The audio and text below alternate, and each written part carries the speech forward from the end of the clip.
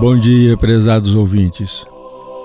Temos nos ocupado aqui nessas exposições de várias aparições de Nossa Senhora que, como falamos desde o início, corre aflita daqui e dali, tentando salvar as pessoas, tentando salvar a igreja, tentando salvar os religiosos, os sacerdotes, os simples fiéis, tentando salvar a humanidade que caminha a passos largos para o precipício, com sua impiedade, suas transgressões constantes à lei de Deus, sua assimilação do espírito agressivo, odioso de Satanás, o espírito destruidor de Satanás.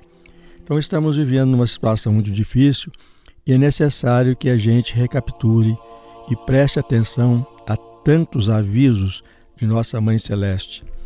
Hoje nós vamos falar das aparições em El Escorial, no Prado Nuevo, perto de Paris. Escorial é um palácio dos reis, dos antigos reis espanhóis, fica ali junto de Madrid, e perto dele fica o Prado Novo, um lugar assim que tem algumas árvores, onde Nossa Senhora começou a aparecer. A Luz Amparo Cuevas é o nome da vidente, que nasceu em 1931 e morreu em 2002. Ela teve 7 filhos. Seu marido não gostava de trabalhar, era suplente de porteiro de uma determinada casa, e ela teve que fazer o impossível para sobreviver e criar a família. Empregava-se como doméstica nas famílias do local. Quando o padre René Laurentin, um grande mariólogo e estudioso das aparições marianas, foi entrevistá-la, ele anotou quase que seu espanto diante do caráter simples, calmo, natural, sem exaltações nem pretensões, nem sentimentalismo. Uma pessoa perfeitamente modesta, cuidada, limpa, apesar de sua pobreza. Como é que ela manteve essa simplicidade, essa calma? Só mesmo por graça divina, porque ela sofreu demais em sua infância e mesmo na vida matrimonial. A mãe dela faleceu quando Amparo tinha 6 meses. Sua madrasta mandava-a fazer vendas ambulantes com a ordem de nunca entrar em casa antes de ter vendido tudo. Então fazia doces ou salgados e mandava que ela fosse vender para ter algum dinheiro, e ela não podia voltar se não tivesse vendido tudo. Resultado, como nem sempre ela encontrava compradores, ela ficava ao relento, não entrava em casa, dormia às vezes debaixo de árvores, sem ter se alimentado. Muitas vezes, na época do inverno, na neve. Um dia tiveram que reanimá-la. Tinha 9 anos. Na casa, ela nem sequer tinha cama. Dormia numa espécie de armáriozinho onde nem mesmo podia se esticar. Aos 10 anos, quando ela, faminta, foi procurar comida na povoação, ao regressar ela foi presa pela madrasta durante meses, alimentada só com um pouco de água e farinha que lhe passavam em sua jaula, digamos assim. Ela sempre amou Nossa Senhora e lhe pedia só uma coisa: minha mãezinha do céu, eu queria ver minha mãe da terra, leva-me para onde ela está. Sua infância sofredora terminou com um casamento também infeliz, como já observamos. O marido não gostava de trabalhar, mas, embora o seu martírio tenha continuado por algum tempo, ele afinal se converteu e procurou ajudar mais a esposa, e inclusive eles puderam criar os filhos. Um deles inclusive chegou a ser médico. Bom, a primeira aparição que ela teve foi em 14 de junho de 1981. Nossa Senhora lhe aparecia como das Dores, Nossa Senhora das Dores. Uma túnica grená, um manto escuro, um azul bem escuro, quase preto, e um lenço em volta do pescoço, mãos postas em oração com um longo rosário descendo pela frente da sua roupa.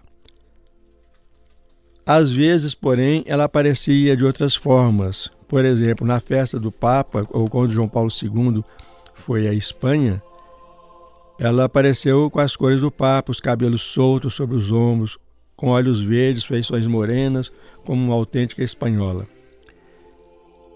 Nossa vidente, Luz Amparo, teve muitos carismas presenciados por diversas pessoas, pelo seu diretor espiritual, um jesuíta, pelos parentes e assim por diante. As visões, às vezes, eram compartilhadas pelos filhos ou pelos maridos.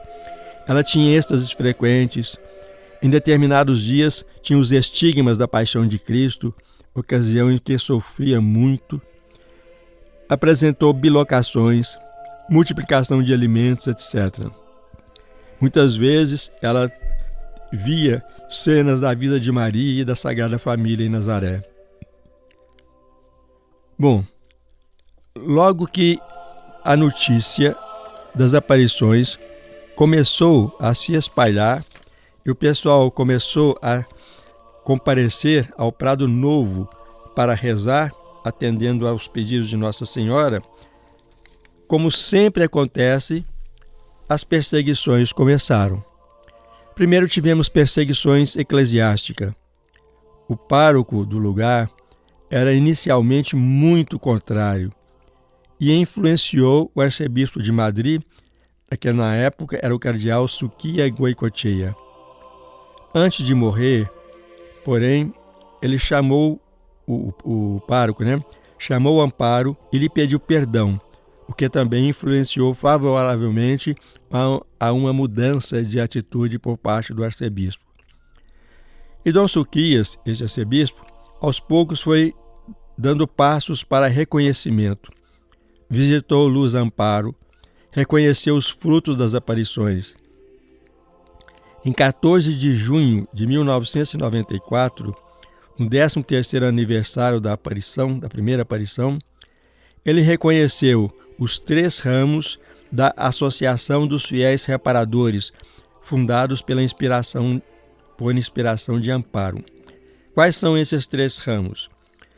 As seculares reparadoras, servidoras dos pobres, comunidade religiosa. Como ela sofreu demais em sua pobreza, a fome, etc., na infância, ela sempre teve grande preocupação em ajudar os pobres e fundou uma congregação especialmente destinada a servir aos pobres, essas seculares reparadoras. A Comunidade das Famílias foi fundada em janeiro de 1990, e a Comunidade das Vocações, que reunia jovens. Em 1990, o arcebispo nomeou o padre José Arans como capelão da associação. E, como estamos vendo então, na prática, o valor, o significado, a importância dessas aparições está sendo reconhecido gradualmente pela Igreja. Diz Amparo, temos tido muitos inimigos e fomos muito perseguidos. Agora alguns padres e bispos começam a compreender e alguns membros da hierarquia e sacerdotes nos têm vindo visitar. Mas se não bastasse essa incompreensão inicial da própria Igreja, nós tivemos as principais perseguições que foram do governo. Você sabe que a Espanha tem uma tradição socialista muito grande. O governo atual é socialista e empurra goela abaixo da população espanhola essas pautas socialistas todas, Ideologia de gênero, e perseguição e restrição à igreja, assim por diante. O prefeito desencadeou guerra contra as aparições e contra os peregrinos. Ele comprou o Prado Novo, a região onde se dava as aparições, e em 1992. Em 1994, ele cercou o lugar para impedir o acesso, tal como foi feito em Lourdes, pela municipalidade, que também chegou a fechar o local das aparições. A seguir, ele proibiu as reuniões e fez chover processos por estacionamento irregular, ou manifestações não autorizadas. Qualquer pessoa que fizesse alguma manifestação, qualquer pessoa que fosse de carro lá e estacionasse, recebia multa e assim por diante.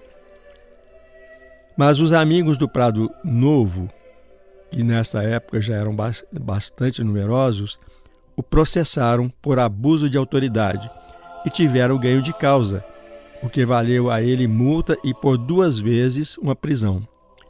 A autoridade superior a ele, também acusado, teve que se demitir. Depois o prefeito se viu envolvido num escândalo familiar, o que transbordou para a imprensa, e o Partido Socialista lhe retirou o apoio. Ele não pôde nem concorrer às eleições seguintes. Para terminar, os peregrinos fizeram doações e conseguiram comprar o lugar das aparições, onde construíram a capela pedida por Nossa Senhora. E o novo cardeal, Rouco Varela, nomeou um capelão para essa igrejinha. Hoje a comunidade de Amparo conta com numerosos membros e recolhe idosos abandonados. Dom Varela autorizou a abertura de um seminário para os futuros padres que encontraram sua vocação ali. Bom, aqui até agora falamos dos detalhes, digamos assim, biográficos e históricos que envolvem estas aparições do Escorial. Agora é o caso de abordarmos as mensagens. Uma observação inicial. Nossa Senhora, como já vimos, apareceu em Lourdes, apareceu em Akita, já comentamos, apareceu em Garabandal, já comentamos também. Nossa Senhora apareceu em Fátima e em La Salette. As aparições do Prado Novo para Luz Amparo são mais recentes e elas têm uma espécie de síntese de todas essas aparições anteriores. A própria Amparo Cuevas não sabia ler direito, era semi-analfabeta, né? Na ocasião das aparições ela era analfabeta, depois aprendeu um pouquinho as letras, pode ser considerada de semi-analfabeta. No entanto, nas mensagens que ela recebeu, há frases inteiras idênticas, por exemplo, às das mensagens de La Salette, sendo que esse segredo de La Salette, nesta época, não era mais conhecido, porque ele ficou abandonado em alguma gaveta lá no Vaticano e foi redescoberto por volta do ano 2000 pelo padre Michel de Courteville, que escreveu um livro sobre esse segredo redescoberto, em parceria com o padre René Laurentin, que nós já temos citado aqui várias vezes.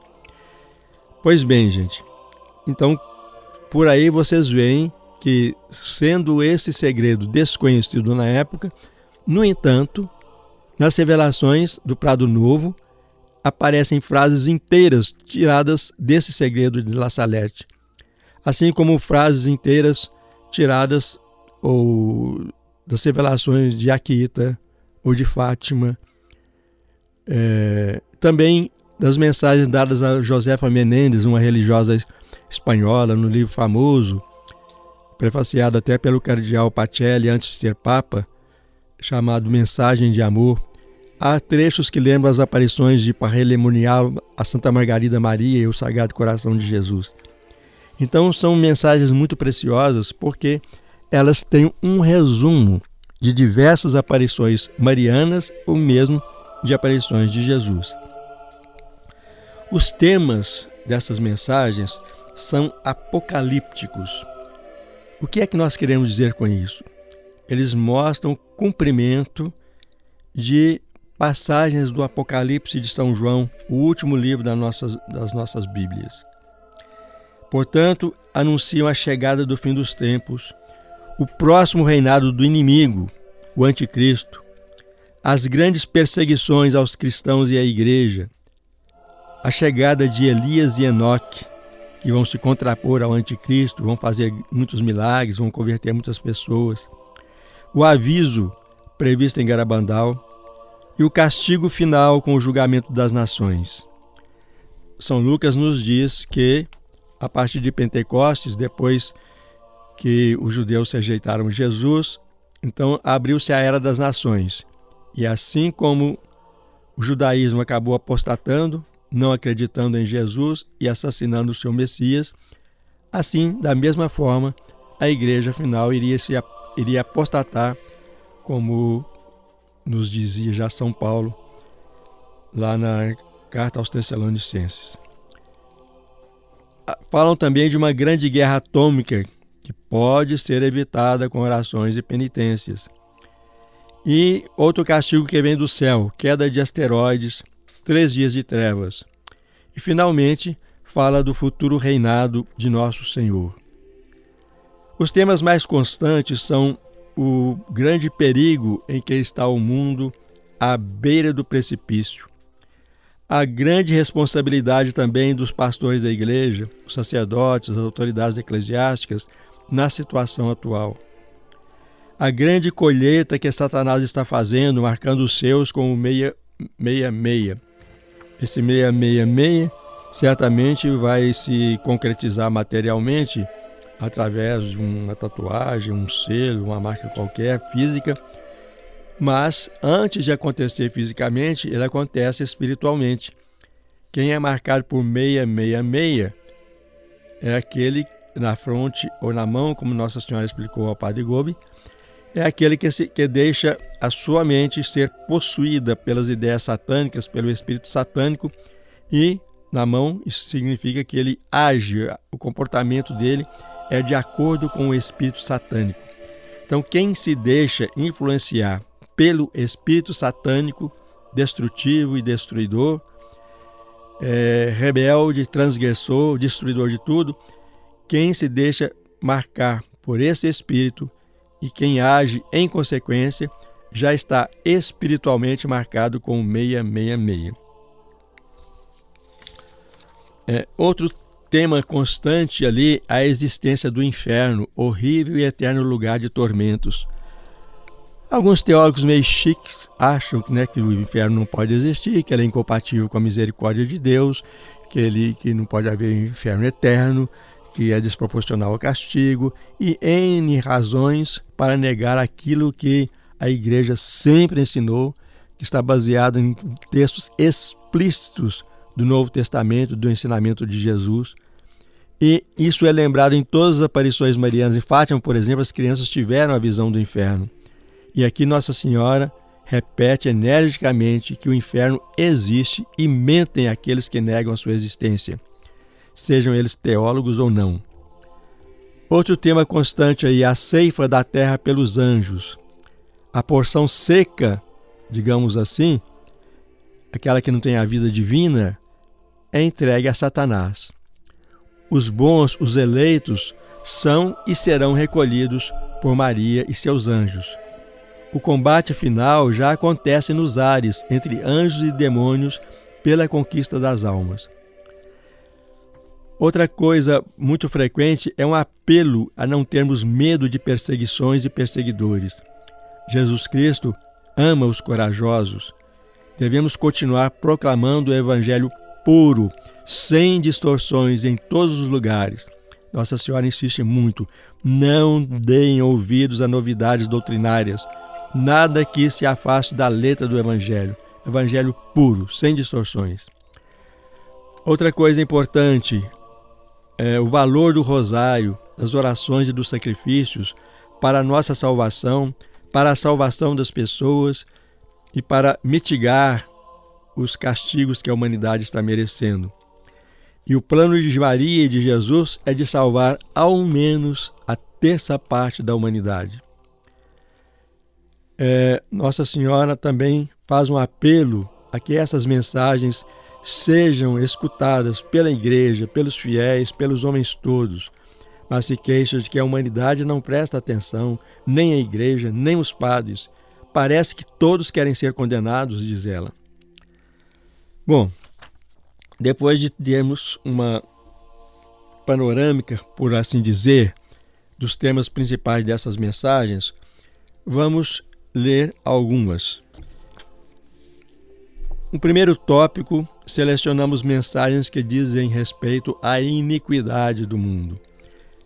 A origem da palavra iniquidade é que significa aquele que não tem lei, que é contrário à lei, qualquer norma, a lei divina.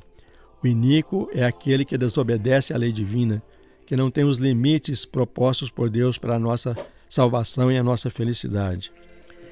Então diz Jesus, que também se revela a Luz Amparo Cuevas: o meu coração, vítima, cansa-se da ingratidão dos meus amados filhos. Não te falo da maldade dos ímpios, mas da malícia dos cristãos. Isso foi em 13 de novembro de 1981. Outro apelo: ajuda-me a mim a suportá-los, a consolar-me. Ajuda a minha mãe também, que tem o coração trespassado de dor pela ingratidão de tantos pecadores que não querem fazer caso de seus avisos maternos. A minha mãe, diz Jesus, sofre muito por todos. Está triste, chora por todos os pecadores e está sempre a pedir-me que tenha piedade de todos. Mas eu respondi-lhe: e de ti, minha mãe, quem tem piedade? Estão constantemente a blasfemar-te, a caluniar-te, a desprezar-te. A minha Santa Mãe, com esse manto de dor, quer redimir-vos a todos, em troca das suas lágrimas e das suas dores. Eu não posso ver sofrer assim a minha mãe. Por isso, vou ser eu que vou mandar o castigo a toda a humanidade tão mal agradecida. E Nossa Senhora também diz em dezembro de 82, olha, já não cabem mais espinhos no meu coração. Todos esses dias se estão a cometer muitos pecados de impureza, minha filha. Pobres almas. Basta a gente olhar ao redor, né? O nosso mundo de hoje. Nós estamos vendo esses pecados de modo especial, os pecados de luxúria, além dos pecados de soberba, de orgulho, além da transgressão generalizada aos mandamentos de Deus.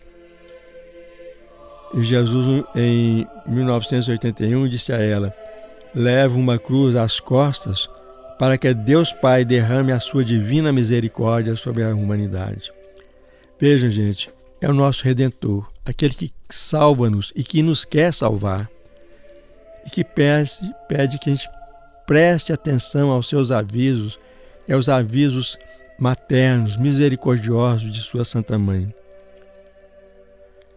Mas os espinhos dos corações de Jesus e de Maria, e a pesada cruz que o Senhor leva aos ombros, não são apenas por causa dos pecados dos leigos. Muito pelo contrário. As mensagens do Escorial, secundando, neste caso, a mensagem de La Salette, são bem claras a este respeito. Algumas vezes, diz Nossa Senhora, em novembro de 81, não se consagra o corpo do meu filho amado Jesus, porque o sacerdote, com as suas mãos manchadas pelo pecado, perdeu a fé no meu amantíssimo filho e não tem intenção de consagrar, e durante a missa que está a celebrar, não o invoca, nem estar a pensar nele. E o meu filho não desce do céu, não desce porque o sacerdote não acredita nele. Então vejam bem, gente, isso é muito sério. Quantas vezes estamos assistindo ou participando de uma Santa Missa, né, de uma celebração, e no entanto não se dá a consagração, porque é uma condição, de acordo com as normas canônicas, que o sacerdote tenha a intenção de celebrar a missa de acordo com as normas da igreja, de acordo com aquilo que a igreja prevê. E muitas vezes falta essa intenção. Então, às vezes, pensamos que estamos comungando e, infelizmente, estamos comendo um pedaço de pão.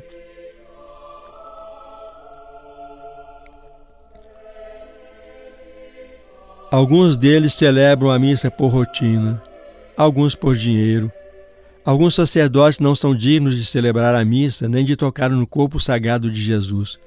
Estão constantemente cometendo muitos pecados e o meu filho tem uma dor tão intensa. Sente no seu coração as ofensas feitas por todos eles. É por isso também que Jesus procura almas vítimas, né, que sofram por essas almas sacerdotais. E ele disse um dia a Amparo Cueva: Todos os dias te darei 2 horas de agonia. Oferece-as pelos sacerdotes, que estou constantemente a sofrer por causa deles. Oferece por todos os meus sacerdotes, pelos pecados de impureza que alguns estão a cometer constantemente. Descuraram a oração, esqueceram as coisas de Deus. Eles, com as suas orações, poderiam salvar muitas almas. O sacerdote tem uma graça especial, como pastor, de salvar as ovelhas do seu rebanho. Se ele é fiel a Deus, se ele se espelha no modelo do bom pastor, ele consegue salvar muitas almas. E Nossa Senhora disse também em 1982 e 83, grande parte dos espinhos deste meu coração são das almas consagradas. Rezem pelas almas consagradas, meus filhos, pedi por elas, que o inimigo não se apodere dessas almas que pertencem ao meu filho. Pobres almas, obscureceram as suas mentes e o demônio infiltrou-se para os levar pelo caminho da perdição. Que escuras estão as suas mentes, minhas filhas, minha filha, pobres almas. Mas o pecado dos consagrados não é só dos simples sacerdotes. São imputadas responsabilidade a toda a hierarquia e apontados os 2 males que se infiltraram na igreja, a maçonaria e o comunismo. O próprio Papa corre um perigo permanente. Os infiltrados estão por todo lado, desde os conventos até o próprio Vaticano. Essa infiltração da maçonaria na igreja e do comunismo já é conhecida por nós, já foi constatada, provada, ficou apenas nas advertências, nos avisos de Nossa Senhora, mas isso hoje é um fato comprovado. Nossa Senhora diz, por exemplo, Satanás quer apoderar-se de toda a terra, que se está a apoderar de grande parte dos componentes da igreja. A maçonaria infiltrou-se na igreja. Alguns bispos, cardeais, minha filha, não fazem caso das minhas mensagens, não escutam as minhas palavras, abandonam a oração e o sacrifício, vão semeando eles mesmos a sua própria condenação. Em 81, repetindo, aliás, a mensagem de La Salette e uma referência ao Apocalipse, até alguns ministros de Deus, sacerdotes e bispos, descuraram a oração e a penitência, e o demônio apoderou-se deles. Chegaram a ser aquelas estrelas errantes que o velho dragão arrastará com a sua cauda para os destruir. Há sacerdotes, bispos e cardeais e parte do clero que vão pelo caminho da perdição e por eles se estão a condenar muitas almas. A mensagem de Garabandal falou a mesma coisa, a mensagem de La Salette falou a mesma coisa, a mensagem de Akita falou a mesma coisa. Por outro lado, o comunismo está infiltrado na igreja. É o marxismo, que é a nossa teologia da libertação, senão digamos assim, uma deturpação marxista da religião. Alguns sacerdotes, bispos, arcebispos e cardeais não se querem arrepender dessa adesão à ideologia marxista. Estão a semear eles próprios a semente da condenação. Quero que peçais por todos os bispos, cardeais, arcebispos. Muitos deles são políticos de destruição. Quando a gente vê, por exemplo, sacerdotes e outras autoridades defendendo políticos que têm na sua pauta, nos seus planos de governo, o estabelecimento do aborto, da eutanásia, ou então a ideologia de gênero contrária à criação de Deus, à sexualidade tal como foi criada por Deus, não podemos senão dar razão a isso que está falando, É uma política de autodestruição eclesiástica. A Rússia também está infiltrada na igreja, em alguns dos meus bispos, dos meus cardeais, dos meus arcebispos e em muitos dos meus sacerdotes. Aí eles estão destruindo as coisas de Deus. De novo, insiste em 82, Satanás infiltrou-se na Igreja Santa de Cristo. Eles próprios, essas pessoas infiltradas do clero, a estão destruindo. Que aconteceu à minha igreja? A igreja de meu filho destrói-se pouco a pouco, não tem humildade. Isso foi constatado também pelo Papa Paulo VI, o bem-aventurado Paulo VI, que falou que uma fumaça de Satanás se infiltrou na igreja, que esperava uma primavera depois do concílio Vaticano II, e o que aconteceu foi uma tempestade de trevas, desorientação, autodestruição da igreja. O Papa falou isso. A igreja de Cristo está a se destruir, então. Satanás infiltrado na igreja. Muitos deles são lobos disfarçados com pele de cordeiro. São aqueles de quem o Apocalipse fala, que pertence à segunda besta, ao falso profeta, que tem 2 chifres como cordeiro, aparência de cordeiro, mas que falam como dragão. São lobos disfarçados em pele de cordeiro.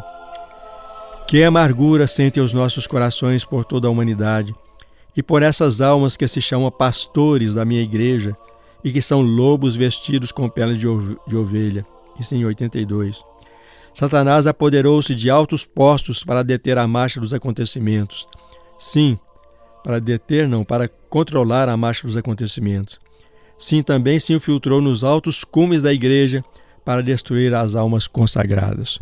Isso nós vimos em Fátima também, a mensagem de Fátima. Então, como vocês estão vendo, em El Escorial temos uma síntese de diversas aparições marianas. E em relação às almas consagradas, diz Nossa Senhora: eu me manifestei em muitos lugares do mundo, mas há representantes da minha igreja que fazem desaparecer o meu nome, minha filha. Um parêntese aqui. Depois do concílio, quantos padres quiseram diminuir o papel de Nossa Senhora, o papel corredentor de Nossa Senhora, o papel materno de Nossa Senhora, a sua importância na história da salvação e a sua importância nesse fim dos tempos. Desapareceram com suas imagens, zombaram do texto e de outras orações da piedade mariana. Continuando a mensagem. Que ingratos são, minha filha. Eu me manifesto para dar avisos a toda a humanidade para que se salvem. Que fazem, minha filha, esses com a minha igreja? Em qualquer lugar em que eu me manifesto, procuram fazer desaparecer o meu nome, porque eles próprios, minha filha, não acreditam nas minhas prerrogativas. Também não compreendem que eu me possa manifestar a almas pequenas e incultas para lhes dizer que se deixaram guiar pela astúcia do inimigo, que os colocou no mundo dos prazeres. Esqueceram a oração e o sacrifício. Esqueceram de seguir o seu modelo Jesus, poderíamos acrescentar nós. Avisa-os de que os anjos de Deus vão fazer grande justiça. Nossa Senhora diz também a respeito dos conventos. Como me agradou a vida de Santa Teresa de Ávila, As suas orações constantes e a sua penitência pela salvação das almas. Hoje, poucos conventos vivem a própria regra. Há conventos que ofendem a Deus e vivem em relaxamento. Alguns conventos não são casa de oração, mas sim casa de recreio. Que fizeram das suas constituições e regras? As flores desses conventos estão a murchar. Que façam mais orações e pensam mais em Deus. As flores dos conventos estão murchas. Continuando, seguindo ainda, quase que ipsis litteris, as mensagens de La Salette. Em alguns conventos há abominações. Onde estão essas flores mimosas que estavam nos conventos? Não se encontram essas almas.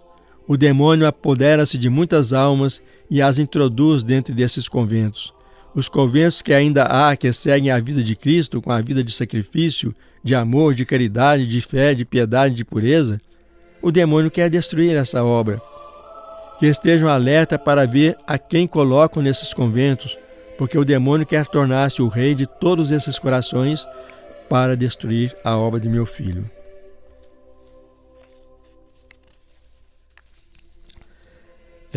Já sei, minha filha, diz ela em novembro de 1981, que estás rezando pelos sacerdotes.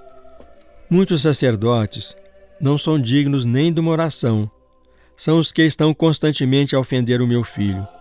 Sim, minha filha, alguns sacerdotes, ministros do meu filho, pela sua má vida, pelos seus erros, irreverências, minha filha, pela sua má disposição ao celebrar os santos mistérios, ou pelo amor ao dinheiro, à honra, aos prazeres, carecem da devida pureza, minha filha. Os pecados das pessoas consagradas bradam aos céus e atraem a vingança, minha filha. E eis que a vingança está às suas portas, porque já não se encontra quase ninguém para implorar misericórdia e perdão pelo povo. Há poucas almas generosas, nem há quase ninguém digno de lhe oferecer a vítima sem mancha ao Eterno em favor do mundo. Deus vai castigar de uma maneira sem precedentes. Bom, gente, vamos à parte mais dolorosa aqui, aquela que se refere ao castigo. Vocês se lembram de que em Garabandal, Nossa Senhora nos preveniu com relação ao aviso ou purificação ou iluminação das consciências, que vai ser concomitante a um grande fenômeno cosmológico, né? Que também vai provocar grandes destruições na Terra. Depois virá um grande milagre, talvez o maior milagre que a humanidade já tenha visto, para confirmar o aviso e para confirmar a fé cristã. E, finalmente, se não houver a devida conversão, o castigo. As meninas de Garabandal não explicaram direito o que era o castigo. Em Escorial, esse castigo é exposto com detalhes. Pobres dos habitantes da terra, Deus vai lançar o seu castigo e ninguém se poderá subtrair a tantos males juntos.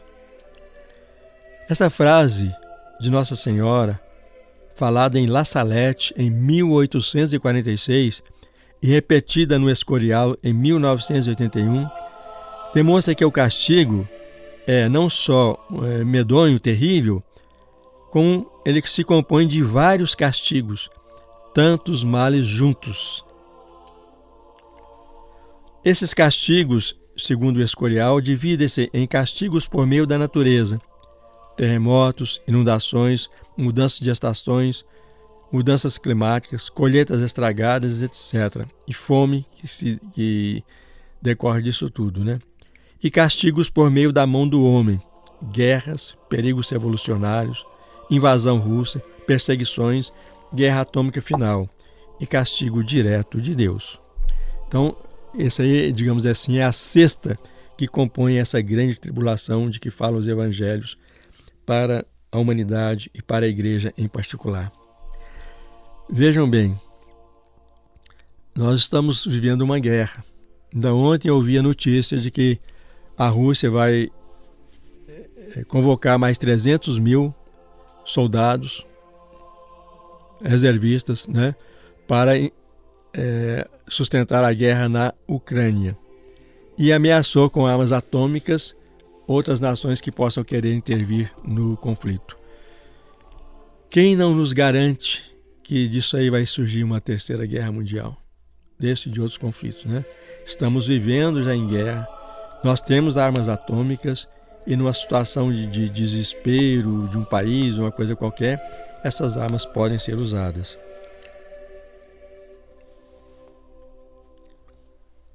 Bom, vamos ver agora, por exemplo. O segundo selo está a ponto de ser aberto. Guerra, meus filhos, e com a guerra virá a fome, as pestes, as doenças. Erguer-se-á nação contra nação, reino contra reino, e grandes terremotos destruirão a maior parte da humanidade. Essa parte, nação contra nação, pestes, doenças, etc., está na Bíblia, está no Evangelho, está no discurso apocalíptico de Jesus nos Evangelhos sinóticos, por exemplo, como em Mateus 24. Nossa Senhora, a Rússia é o chicote da humanidade. Rezem para que se converta. Rússia destruirá tudo, em 1981. Não é à toa que lá em Fátima, no início do século XX, Nossa Senhora pediu que prestássemos atenção na Rússia, que se consagrasse a Rússia ao seu Imaculado Coração, para que ela se convertesse e houvesse paz no mundo, né? Agora em 81, já mais para o final do século, ela está dizendo que a Rússia é o chicote da humanidade, o flagelo da humanidade. Destruirá tudo. A Rússia se teria convertido se os bispos tivessem atendido os desejos do Pai do Céu e tivessem empreendido uma verdadeira reforma no clero, pois na minha igreja há muitas políticas e as políticas desvirtuam a minha religião católica. A gente vê aqui no Brasil, né, como é que o clero está, em vez de dedicado à sua missão espiritual, está se transformando muitas vezes em partido político. Em muitos conventos estão destruindo a fé católica e não fazem caso de mim. Mas se não fazem caso, Rússia será mais uma vez o castigo com que Deus os castigará fortemente. Se não me escutam, na Espanha haverá outra guerra. Nós lembramos da Guerra Civil Espanhola, né? Está falando que pode haver outra guerra. E a Igreja Espanhola padecerá. A Espanha está em grande perigo. Reza muito pela Espanha, que começará o castigo por Espanha. Entende-se que se trata de uma nova guerra civil e a vidente é espanhola. Não nos lembramos, não nos esqueçamos disso, né? Virão grandes castigos. O inimigo formará no ar uma guerra com armas atômicas. Quantos corpos voarão pelos ares e a pele desprender-se-á desses corpos? Rússia é o chicote de toda a humanidade. Pedir que se converta. Quererá destruir com artefatos atômicos a humanidade. Pois bem, gente. Houve a queda do comunismo depois disso, né? Houve uma consagração que o Papa João Paulo II fez do mundo inteiro ao Coração Imaculado de Maria.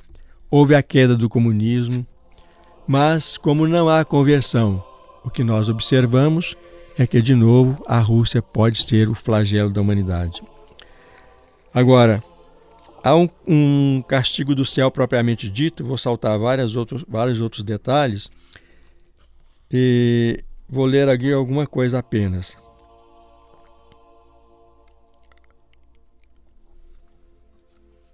O inimigo está na luta, meus filhos, está entre vós. Retirai-vos daqueles que vos querem levar pelo caminho da perdição. Humildade, pois, meus filhos, não vos deixeis enganar pela astúcia do inimigo. O inimigo quer selar as suas almas com o 666, já explicamos isso. Quantos dizem amar o meu filho e a mim, mas quando meu filho lhes dá uma prova e lhes deixa um pouco a cruz, a recusam e jogam-no fora. Nesses momentos, Satanás se introduz dentro das suas almas e lhes põe o caminho largo, ou propõe, o caminho largo, cheio de prazeres e de vícios, cheio de rosas, minha filha, mas em cada rosa há um selo marcado, e esse selo é o selo do anticristo. Maria também marca os seus escolhidos, nessas horas. Os meus anjos lutarão contra o inimigo. Será uma grande guerra no ar. A luta está próxima, muitos morrerão às mãos do inimigo, mas o reinado dele não durará muito. São os 3 anos e meio famosos, Lutarão os filhos com os pais, noras com sogras, irmãos contra irmãos. Morrerão muitos inocentes. Eu os esperarei na minha morada. As moradas estão preparadas para os escolhidos. Os calabouços nas prisões do inferno também estão preparadas. A luta vos parecerá muito comprida. Então o inimigo aparecerá como vencedor. Nesses momentos se conhecerão os verdadeiros imitadores de Cristo. Não desembainheis a vossa espada. Oração é o que vos peço. Com a oração é que vos salvareis. Não se deve desembainhar a espada, ou seja, lutar também militarmente, porque o desfecho da luta vai depender da intervenção direta de Deus. O Senhor virá e vai aniquilar toda a maldade.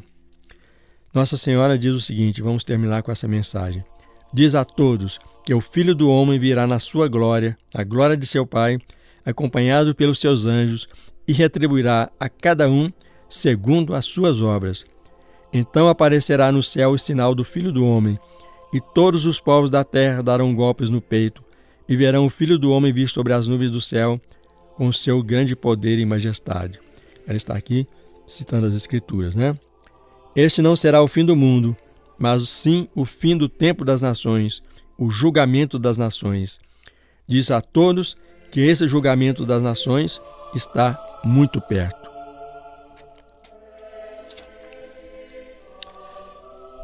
Bom, há muitos outros detalhes, mas basta a gente ter uma ideia do que nos espera, né?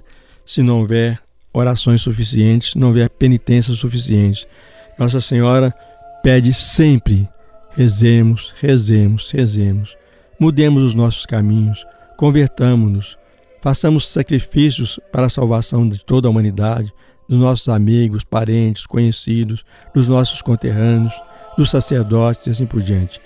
A Igreja vive a sua pior crise, a humanidade também vive a sua pior crise. Vamos assistir ao julgamento das nações, previsto nos Evangelhos, previsto no livro do Apocalipse, previsto em tantas revelações.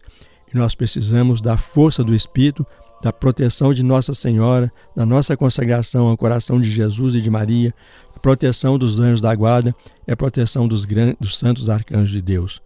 Assim seja.